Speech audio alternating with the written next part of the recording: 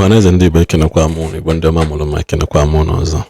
I like the fact na somebody like Ogbuefi Agotoka, somebody like Ogbuefi Agotoka, I picked interest in this man not because no one had benefit in Akia. No. But no one had somebody that shares in the affliction of the people. Why am I saying this? You may think, you may see no honor favor, honor a melon can the comedian CB and drag ya name and cause a name magazine honor and yellow madaka, but that is not who I am picturing him to be. If Nani in Apotamu, Obona in Apotamu, whether will, okay, for example, you have name in Anambra State now, and when Nigerian Igbo top comedians, actresses, skit makers, comedians, stand-up comedies, MCs, top Igbo bloggers, and Neokumakia, they will be in the forefront of it in Neokumakia. Government yaka get hanti clear an average on your sahia non a street blue placard agagale. Do you know why I said this thing? Go and read your Bible. Go and read your Bible very well. Mbo Jesus na no cross ye kubie. Bible recorded that Jesus and no good there for some hours. He took a man of influence called Joseph of Arimathea. Bible specifically called it a friend of Pilate, and also trying to remind us of who he was, that he was the same man.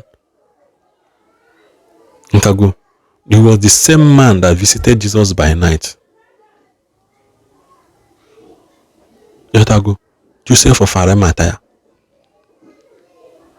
He was the same man that again was a friend to Pilate or Wesley. Pilate, you see Biko, which is influence and money. No go te Ghana. Eba yeni onye do tua. See because he release yele to him the body of Jesus Christ. Or him at that place. Now, if all these our celebrities, content creators, starting with MC Agotok, and well undo could no. And well undo that they don't have money. And they have voice. The reason why God is positioning most people in the place of influence and power, or say fast for me and my household alone, no. God is positioning you there for you to have a voice to speak for the people. One thing you should know, if God position you to that place, remove your eye from what people will give you. Because an average human being on earth, and retentive memory to any homa. They felt that it is their right to do something good for somebody. No, you're not knowing because if I say the rich man Lazarus na rich man where Jokomo because not the rich Lazarus where Jenny because not the poor. No. The rich man Jokomo because he refused to accept Jesus Christ as his personal Lord and Savior. Lazarus again a born again. So that does not mean that na onye ọbụla dị rich na eje ọkụ mmụọ. Ịpụta ikwukwa asị na ọka mma ka ọ na-aka mma ka ifisi na isi nedo gafe karịa a rich man ịga n'igwe. All because na most of them and their heart are corrupt. Onye ahụ na-afọ asọ onye ọma today nye ya ego ka efu his true color. So if our Igbo top people like Ogbuefi Agotoka pụta now, bebe kwubu okwu in this thing, Soludo ya aka gee ntị. Because in as long as Anambra State is concerned, Soludo Balosi, Anambra State, he's a deity. He foresees and supersedes the affairs of men in Anambra State, whether you like it or not. Also, Gichukun Nasene ya they reach today. Obono Soludo decide they sign that. They sign like if Soludo refuse to sign it, my brother, yeah, they poor forever. That's why Bible Jesus say that the heart of a king is in the hand of the Lord, that he can turn it around anytime he choose. Your prayer is that person now today. Kachuku should touch his heart. I'm trying to pass a message so that kuno wata ebi hinaga. Kuno wata ebo kunaga, because most people feel not they are right on can when cause no, it's not your right. It's left for you to understand the principle and how the things of this world works. If not, we will keep dabbling into errors and mistakes. Can I take in here we I go talk on this video? Call the one. Ada adịkwanụ mma nwata nwaanyị macha mma were akpa garị gwarịa akwa. Ezigbo ọgbọ egwu na-ama mgbe ọ ya eji wee pụọ n'ọgbọ egwu. Ha adị mma mmadụ metacha ihe o were aka ya mee isie.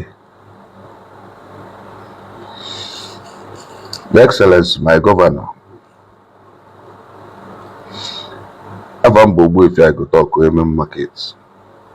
Abum a tax-paying citizen of Anambra State. Abum a businessman. Bologwa an entertainer. I criticize the Lengembe. Eda alwa right ile ibido lụba ọrụ itili ka rụọ pụtakwa bịa too. Ama na ife chọrọ bụ ọ dị mma Anambra State ị na-egosikwa ya.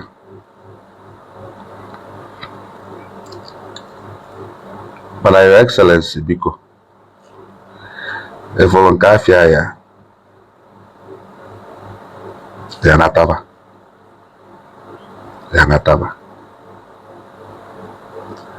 ife dị ọkụ ụgwọrọ nwayọọ nwayọọ ka eji eri ya maka na iwere ọkụ n'okwu ọkụ kpochapụghị akpụ. Your Excellency, achọrọ ka ịghọta ofu ihe. Site atụ ma a na-eme abụ ọkwụ n'ụsọsọ Anambra State na-eme and the 5 states in Southeast na-eme ya. Onwe onye ọ na-atọ ụtọ na ọ na-eme sit at home. Ọ dịbụ mbụ. Mana ọ na-ajụkwori kedu ihe kpatadịrị eji mewe sit at home ka anọkọtara bido sit at home. Maka na ọ na-achọta nọ ife bute ọya ewe nwe n'ike bụ ọnya bụ ọya. Maka Your Excellency, ya gwanụ m na ọ na-arụ ahụ ya baghị otu a ije n'ime ahịa kpụrụ ọgwụ ije na pharmacy kpụrụ ọgwụ ṅụba without ejego lab mara ihe bụ the root cause of ahụ na-aya gị.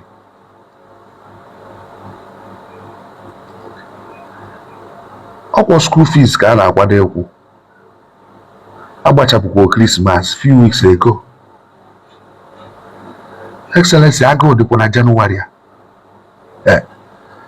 Anyị akwụkwọ ụgwọ ụlọ, kwụ ụgwọ stọọ, kwụ ụgwọ shade, kwụ ụgwọ warehouse, kwụ ụgwọ akwụkwọ. Your Excellency, hapụkwa ndị mmadụ ka ha jebe shade ha, hapụkwa ndị mmadụ ka ha jebe ahịa ha. Si jee chọba ihe wu root cause of sit at home a na-eme unu asọ tụọ ya. Since ndị mmadụ ahụ eji ahịa Monde ọhọsọ na Anambra steeti ndị ọzọ na-eme ya. Udo anyị nwere na Anambra steeti nyọkwara onye ọnwụ na ha. Otu ebe niile si wee dị nnọọ mma ọ dịkwa onye ọnwụ na ahụ and anyị kenere gị. Do ịma na ịgaba nọ sekuriti ka iji aga ịbụ ọka ị nọ na-ekwu okwu that day sekuriti gbaa gị okirikiri. Do ha ndị Main Market ga-ejebe ahịa anyị